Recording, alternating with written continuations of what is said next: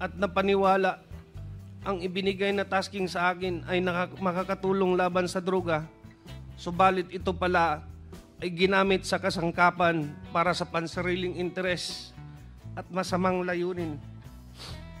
Ang paghahayag kong ito ay maglalagay sa panganib hindi lamang sa aking buhay, kundi kasama din ang aking pamilya.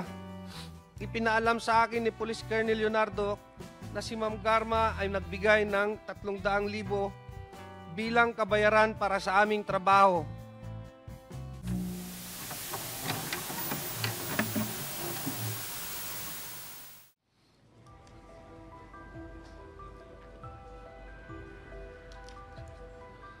Sa mga kagalang-galang na mga mambabatas at miyembro nitong respetadong Quad Committee, sa ibang mga bisita at mga kapwa-testigo, isang magandang at mapagpalayang araw sa ating lahat. Ako po si Police Lieutenant Colonel Santi Mendoza. Opo. Isang PNP member at kasalukuyang assigned sa PNP Drug Enforcement Group. Una sa lahat, nais kong pasalamatan ang mga miyembro ng committee ito at ako'y pinagbigyan ng pagkakataon para mabigyang linaw ang mga issue at insidente kung saan lumabas ang aking pangalan kasama ang dating matataas na opisyal ng PNP. Nais kong ilahad sa komiting ito ang katotohanan at mga detalye patungkol sa naturang operasyon para malinis ang pangalan ng mga taong gustong idawit ng mga taong totoong may kagagawan. Ako po ay isang alagad ng batas. Matapat kong ginampanan ang aking tungkulin na walang pag-alinlangan at handang isakripisyo ang aking buhay para lang gampanan ang tungkuling iaata sa akin ng mga nakakataas sa akin. Nais ko pong ipaalam sa kumiting ito na may mga lumapit na po sa akin na mga mataas na opisyal at ma-influensyang tao at ipilit akong pinalalagda sa ng isang preparadong sinumpaang salaysay para idiin at idawit ang mga dating opisyal ng PNP at para mailayo ang isyu sa mga totoong tao na nag-utos sa akin para gawin ang masabi ko na ngayon at mali at mapanlinlang na kautusan. Ako po ngayon ay voluntaryong magbibigay ng aking nalalaman at ilalahad ang aking naging partisipasyon sa isang pangyayari sa aking pagkakaalam ay bahagi ng aking tungkulin bilang isang tagasugpo ng salot ng ating lipunan, ang iligal na droga.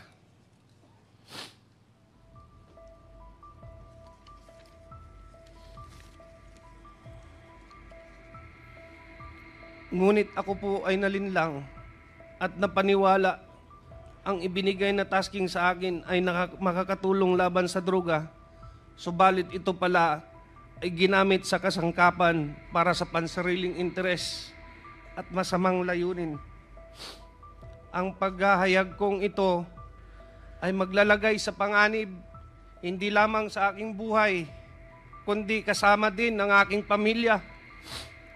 Subalit ako ay may tungkulin na iwasto ang aking naging pagkukulang dahil ako ay nalinlang, kaya't panindigan at haharapin ko kung anuman ang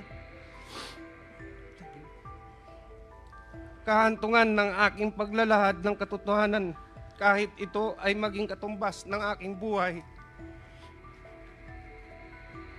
Sana po sa aking paglabas at pagsabi ng totoo ay maibsan ang hinagpis at mabigyan ng hustisya si Attorney Wesley Barayuga at linisin ang pangalan ng mga taong idinawit lamang dito at panagutin ng tunay na may kasalanan. Sa panguli, taos puso po akong humingi ng patawad sa mga taong naapektuhan ng pangyayaring ito, lalong-lalo na po sa pamilya Barayuga na naulila dahil sa maling gawa at panlilinlang ng taong may kinalaman nito. Mr. Chair, may I read my affidavit? Go ahead. Sige lang. Ako po si Police Lieutenant Colonel Santi Mendoza, nasa tamang edad, isang Pilipino, nagtatrabaho sa PNP Drug Enforcement Group Headquarters, Camp Brigadier General Rafael T. Crami, Quezon City. Matapos manumpa alinsunod sa batas, ay nagsasaad ng mga sumusunod. Ako ay aktibong miyembro ng Philippine National Police na may ranggong Police Lieutenant Colonel. Ako ay kasulukuyang naka-assign sa PNP Drug Enforcement Group Headquarters. Noong 2019, ako ay isang police major at naka-assign sa Philippine National Police National Headquarters for the Deputy Chief PNP Administration.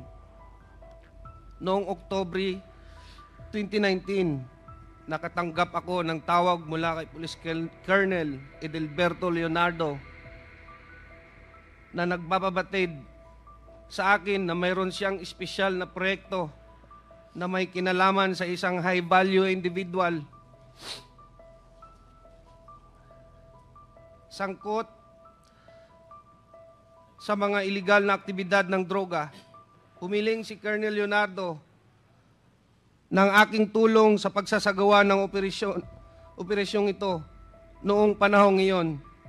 Nagkatubili ako at sinabi sa kanya na kailangan ko munang pag-isipan bago ko tanggapin ang trabahong yun.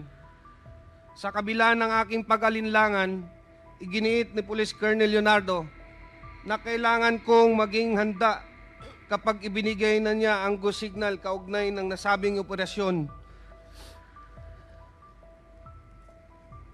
Sinabi pa niya na ang pagsasagawa ng proyektong ito ang magdidikta sa direksyon ng aking karera bilang isang pulis.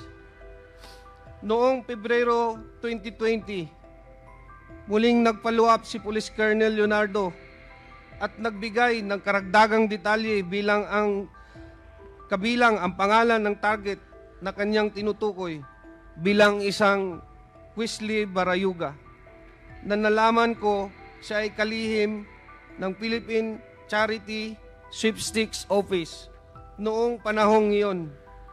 Binigyan din niya ako ng sinopsis na naglalarawan sa umano'y pagkakasangkot nito sa iligal na droga.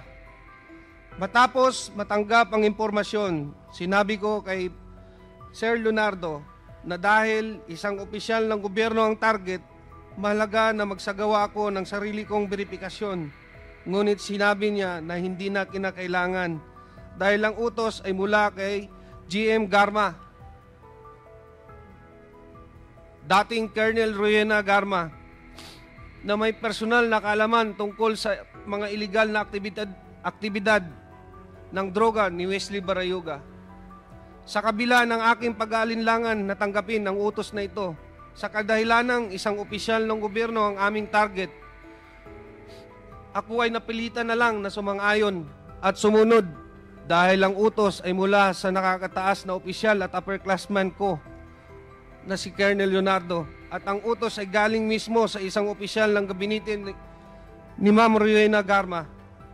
Sa personal na aspeto, nag-aalala ko ano ang maaaring mangyari sa aking karera bilang isang pulis at higit sa lahat sa aking buhay, pamilya, kung tatanggapin ko at tatanggi ako o sundin ang utos. Matapos tanggapin ang assignment, pinasimulan ko ang paghahanda para sa proyekto, kabilang ang pag-recruit ng isang angkop na tao para isagawa. kinausap ko si Nelson Mariano na kilala kong may network kaugnay sa ganitong klaseng operasyon. Dahil siya ang aking dating informant sa mga personalidad ng droga at binigyan ko siya ng paunang detalye ng proyekto. Gayunpaman, bago maisakatuparan ang anumang aksyon, dumating ang COVID-19 pandemic na nagresulta ng pagpapatupad ng mahigpit na lockdown sa National Capital Region na nagpahirap upang maipagpatuloy ang operasyon noong panahong iyon. Sarado ang mga tanggapan ng gobyerno at limitado ang galaw ng mga tao, kaya mahirap masubaybayan o masundan ang target. Matapos lumuwag ang mga lockdown measures at restriction, muling nakipag-ugnayan sa akin si Colonel Leonardo noong Hunyo 2020 at binigyan diin ang kahalagahan ng proyekto, lalo na't matagal na ang lumipas mula sa kanyang paunang utos. Sa kanyang panghihikayat, sumang-ayon ako na muling kausapin si Nelson Mariano upang alamin kung nakahanap na siya ng taong angkop sa itinakdang gawain. Nakumbinsi ko si Nelson Mariano na lumahok sa operasyon base sa intelligence report na tinanggap namin mula kay Police Colonel Leonardo, na siya namang nakuha niya mula kay Ma'am Garma. Nagsasaad na si Wesley Barayuga ay sangkot sa mga iligal na aktibidad ng droga. Sinabi rin ni Police Colonel Leonardo na may isang taong nagngangalang Tox ang makikipag-ugnayan sa akin at magbibigay ng karagdagang impormasyon tungkol sa target. Ang nasabing Tox ayon kay Police Colonel Leonardo ay isang bata ni Ma'am Garma mula sa CIDG. Matapos makatanggap ng tawag mula kay Tox, sinabi ko sa kanya mag-coordinate siya sa aking middleman na si Nelson Mariano na siyang magbibigay ng impormasyon sa designated hitman. Sinabi ni Nelson Mariano sa akin na nakahanap na siya ng hitman at nagngangalang Luloy. Sinabi niya na maasahan si Luloy at kayang tapusin ang ibinigay na gawain. Sinabi ko kay Nelson na makipag-ugnayan sa kanya, si Tox, na magbibigay ng detalye tungkol sa target. Pinayuhan ko siya na mag-ingat at magkita na lang kami muli pagkatapos ng proyekto upang ibigay ang bayad na manggagaling kay Police Colonel Leonardo. Noong Hulyo 30, 2020, muling tumawag si Colonel Leonardo at ipinaalam sa akin na ang target na si Wesley Barayuga ay nasa PCSO at maari na naming isagawa ang operasyon. Ipinadala niya sa akin ang larawan ni Wesley Barayuga habang ito ay nasa conference meeting sa loob ng PCSO. Sinabi ni Colonel Leonardo na ang larawan ni Wesley Barayuga ay kinuha at ipinadala sa kanya ni Ma'am Garma. Sinabi rin ni Colonel Leonardo na hindi kami mahihirapan sa pagsasagawa ng operasyon dahil nag-issue na si Ma'am Garma ng isang service vehicle para gamitin ni Wesley Barayuga at binigay sa akin ang description at plate number ng sasakyan. Sinabi niya na maari na naming tirahin si Wesley Barayuga pagkatapos niyang lumabas sa gusali. Ipinasa ko ang lahat ng impormasyong ito kay Nelson Mariano. Matapos na matagumpay na naisagawa ang operasyon, ipinaalam sa akin ni Police Colonel Leonardo na si Ma'am Garma ay nagbigay ng 300,000 bilang kabayaran para sa aming trabaho. At ito ay iaabot ni Tox sa aking middleman na si Nelson Mariano. At nang magkita kami ni Nelson, inabot niya sa akin ng halagang 40,000 bilang aking bahagi sa kabayaran.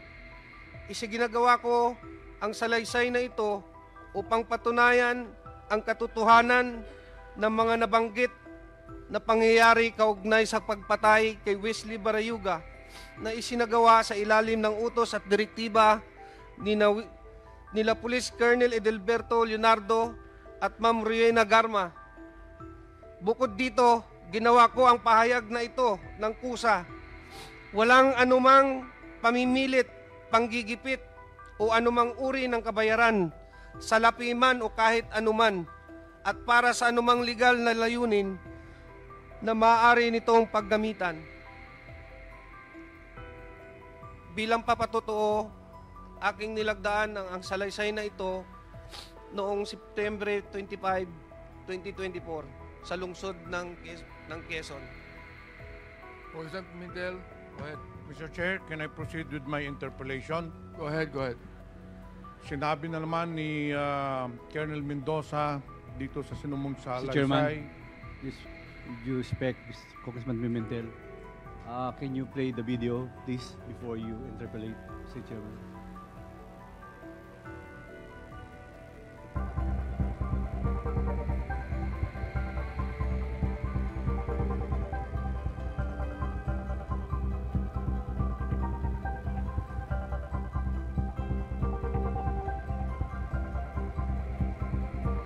Colonel Santi, ito ba yung sasalaysay mo? Ito ba yung sasalaysay mo? Nakita natin sa video. Opo, Your Honor. Thank you, Mr. Chairman. Mr. Chair, yung nakita po ninyong may video ngayon, lalo na doon sa mga nandito, yung po ay pangyayari noong July 30, 2020, kung saan pinaslang si Attorney Wesley Barayuga. Mamaya, ikikwento ko po sa inyo or i-establish po natin, pero base sa salaysay niya, para masigurado natin sino ang nagpapatay, binanggit na kanina ni Colonel Mendoza, at ang pinaka-importante sa lahat, klaklaruhin po natin kung bakit pinapatay ni Colonel Garma si Attorney Wesley Barayuga. So kung mararapatin mo lang, Colonel Mendoza, para mas maliwanagan talaga ang lahat, isa-isahin po natin yung sinumpang salaysay mo. Sinabi mo sa paragraph 2, noong October 2019, nakatanggap ka ng tawag kay Police Colonel Edelberto Leonardo. Bakit kilala mo itong si Colonel Leonardo?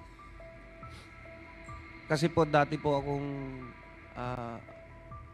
Regional Drug Enforcement Unit ng NCRPO sa panahon po ni former Chief PNP Camilo Casculan, sir. So na-assign ka sa kanya? Sa Opo, under at his, lahat po ng RDEO chief before, may contact po sa kanya. So kilala mong personal itong si Colonel Leonardo? Opo. Nandito po ba si Colonel Leonardo sa kwartong ito? Pwede mo bang ituro saan dito si Colonel Police Colonel Huberto Leonardo? Opo. Pwede mo Katabi po ituro? ni Sir Patay. So Mr. Chair, the resource Mr. Chair, person. Pakitayo nga at pakituro mo si Colonel Leonardo. Mr. Chair, clearly the resource person has identified Police Colonel Leonardo in accordance with this affidavit. Nung tumawag sa iyo si Colonel Leonardo noong October 2019, anong sinabi sa iyo? Ayun nga po, sabi niya may pakiusap siya kung pwede. Tulungan ko raw siya sa isang project na to kasi high value target daw po. Ang Pero sinabi niya sa iyo, nagpapatulong siya para sa isang malaking operasyon, sa isang high value target. Opo. Sa pagkakaintindi mo, nung sinabi siya iyo na pinakiusapan ka, ano ba ang ibig sabihin ng operasyon?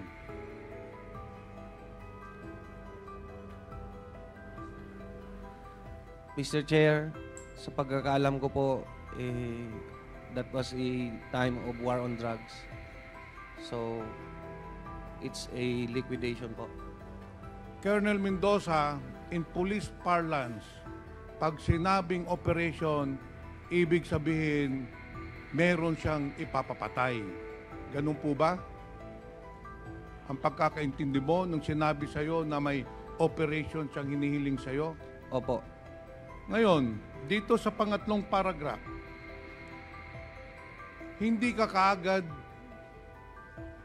nag-oo sa kanyang hiling na gawin yung operasyon. Bakit nag-alanganin ka?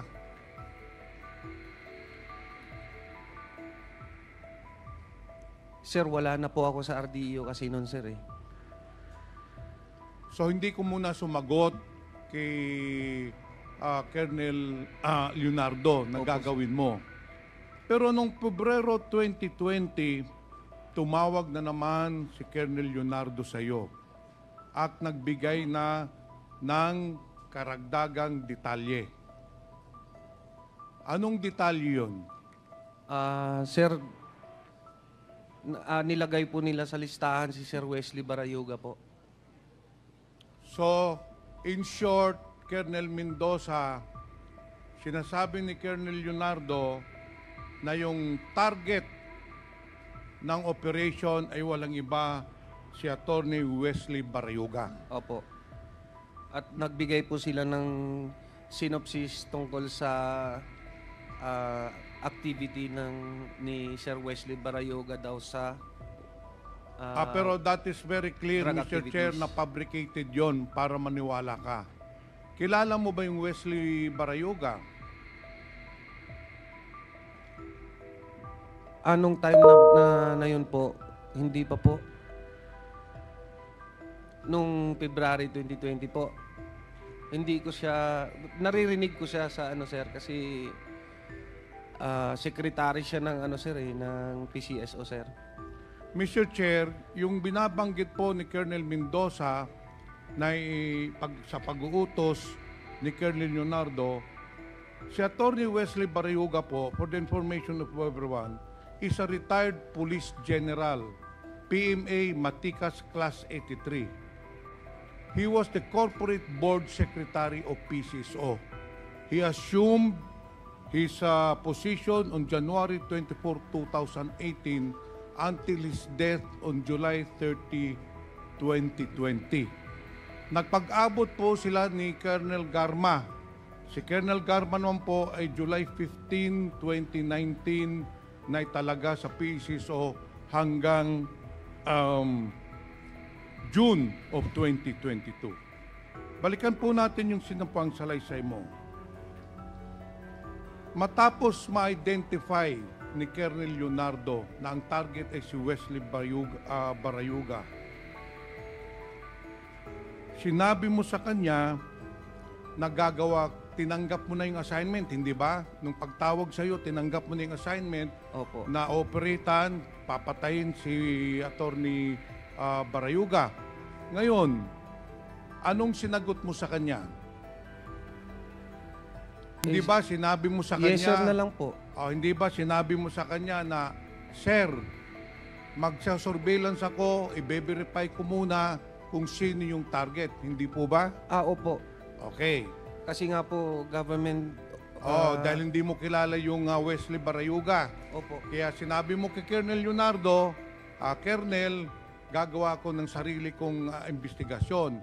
Pero ang sagot sa iyo ni Colonel Leonardo, ang sinabi sa iyo, hindi mo na kailangan mag-verify o mag-imbestiga dahil bibigyan ka na lang ng profile at saka mga information ni ni General Manager Garma dahil siya ang nag-utos na ipapatay si si General Barayuga. Hindi po ba? Opo.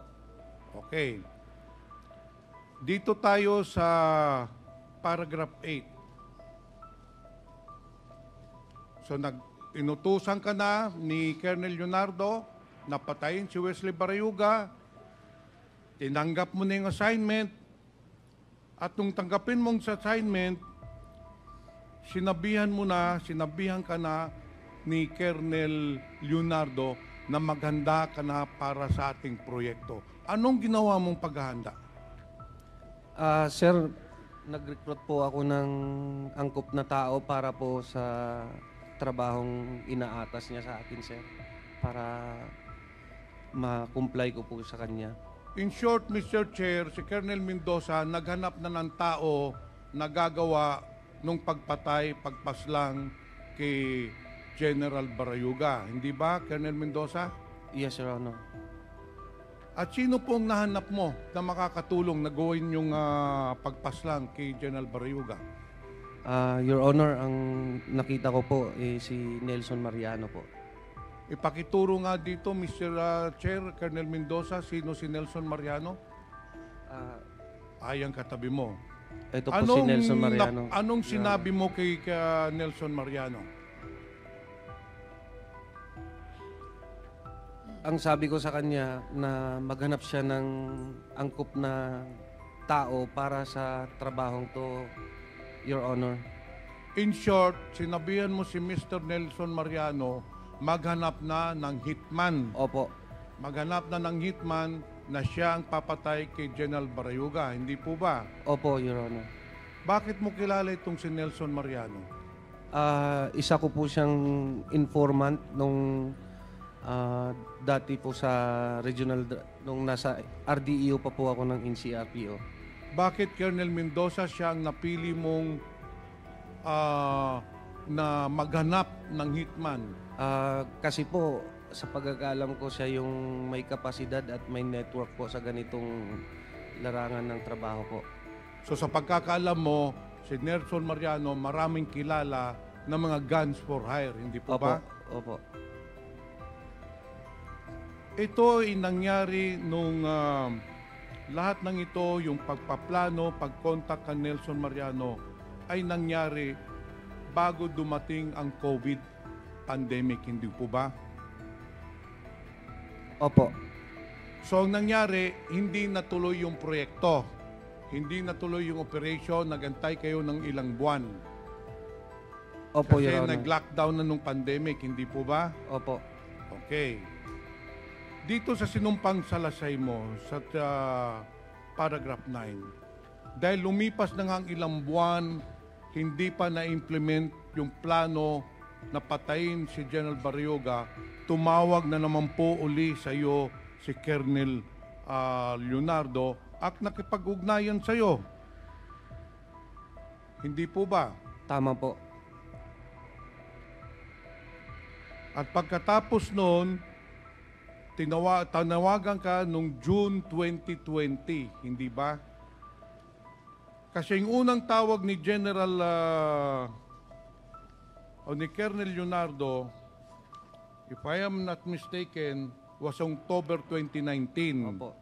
Pangalawang tawag niya, February 2020. Nang pangatlong tawag na niya, yung June 2020 na, dahil minamadali ka na, dahil sinabi ni Colonel Leonardo, iniipit na siya ni GM Garma. Hindi po ba, Colonel Mendoza?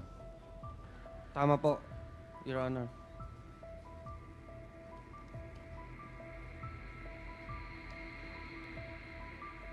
Ngayon, nung na-contact mo na si Colonel Nelson Mariano, tumawag uli sa iyo si Colonel Leonardo at sinabihan ka na may isang taong nagngangalang Tox na tatawag sa iyo, hindi ba? That day po yun na sa sir, sa Your Honor, na tumawag sa akin. The same time lang po yun. Tapos nag-relay siya na may talks na magkipag-coordinate nga daw sa amin. Na Yun ang tao makikipag-coordinate Opo. niya sa iyo. Anong sinabi exactly ni Colonel Leonardo sa iyo? Sino itong Tox na ito? Si Tox daw po, bata ni Ma'am Garma. Kung sa pagkakaalam ko, ang driver security. Mr. Chair, kung hindi ako nagkakamali, itong Tox ay yung Tox na pinakita na litrato ni Chairman Dan Fernandez kanina, who is still employed with the PCSO, and sabi na nga ni Colonel Mendoza, itao at bata ni Colonel Garma. Nung tinawagan ka na ni Tox, anong sinabi sa iyo? Bali, sinabihan ko lang po siya na mag-coordinate siya kay Nelson Mariano po kasi siya po yung... So nung tumawag sa isa talk, sinabi mo si Nelson Mariano na lang ang kausapin. Opo. Pupunta po tayo doon mamaya.